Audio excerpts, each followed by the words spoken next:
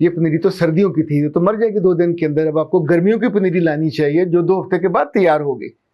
اچھا جو کچھ وہ بتا رہا تھا اٹ واز سو, اس میں بہت سنسیئرٹی تھی تو میرے دل کو لگ رہی تھی. تو میں نے کہا تمہیں یہ ساری باتیں کس نے سکھائیں؟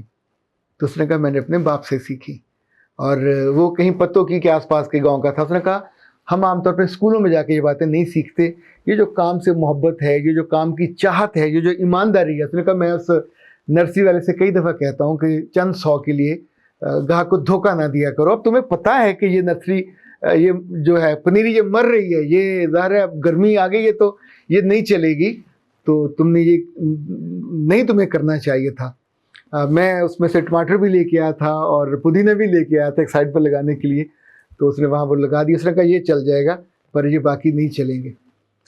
اب اس نے بھی اپنے استاد کا ذکر اتنی محبت سے اور اتنی عقیدت سے کیا. اس نے کہا سر میرا خواب ہے میں بڑی سی میری نرسری ہو. اچھا اسی دوران میں نے کہا میرے 1-2 کلائنٹس ہیں دبئی میں, وہ لینڈسکیپنگ کا کام کرتے ہیں. اس نے ایک دم سے اس پودے گرد دیوار سی بنائی, پھر کہا سر یہ جہاں یہ پودے لگیں گے, یہاں یہ پھول لگیں گے, دس از وٹ لینڈسکیپنگ از. تو میں نے اسے کہا تم کیا چاہتے ہو؟ اس نے کہا سر میں دبئی میں جا کے کوئی اسی طرح کا کام کرنا چاہتا ہوں, میں بہت سارا کمانا چاہتا ہوں, پھر اپنے گھر والوں پہ بہت سارا خرچ کرنا چاہتا ہوں, اپنے استاد کو بھی دینا چاہتا ہوں جو اس کا استاد ہوگا اس معاملے میں. خاطر صورت تیسری جو چیز مجھے اسی معاملے میں یاد آ رہی ہے, ہمارے ایک بزرگ دوست ہیں اور انہوں نے ایک دفعہ مجھ سے فون کیا کہ ایک لڑکا تمہارے ریفرنس سے میرے پاس آیا, وہ کہتا ہے مجھے انٹرنی رکھ لو. تو مجھ سے یہ جو میرا علم ہے, ظاہر ہے وہ پریکٹیشنر ہے, NLP کرتے ہیں, ہپنوٹائز کرتے ہیں. انہوں نے مجھ سے کہا کہ اس سے کہو مجھ سے وعدہ کرے کہ اگر میں اسے سکھا دوں, اول تو میں کسی کو بٹھاتا نہیں ہوں, یہ سب ناشکرے ہوتے ہیں, انکار کرتے ہیں اور بعد میں استاد کو ہی تف کرنے لگ جاتے ہیں. تو اگر میں سکھا دوں تو یہ کلینک یہاں لاہور میں نہیں کرے گا, یہ فیصل آباد چلا جائے, یہ اسلام آباد چلا جائے, کہیں چلا جائے, اس شرط پہ میں سکھاؤں گا. انہوں نے میری بات مان لی, اس کو سکھانا شروع کیا, کئی مہینے اس کو سکھاتے رہے.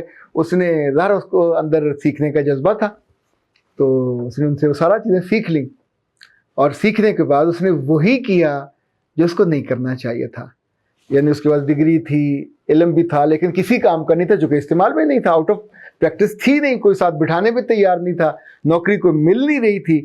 تو اس استاد نے اپنے عمر بھر کا جو تجربہ تھا, جو دان, اس کو کر دیا.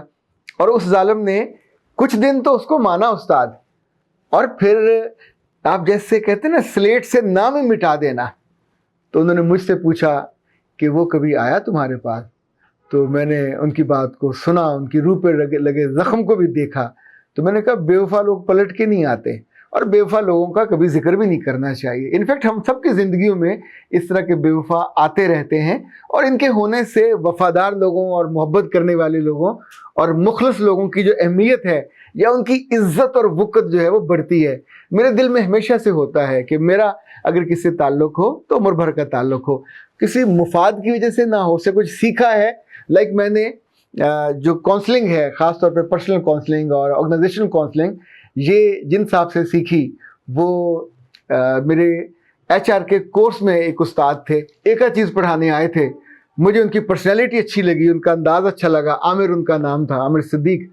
میں ان کو آج تک نہیں بھول پایا. اب وہ دبئی میں ہیں, وہاں سے کینیا ان کی ظاہر آرگنائزیشنز ہیں.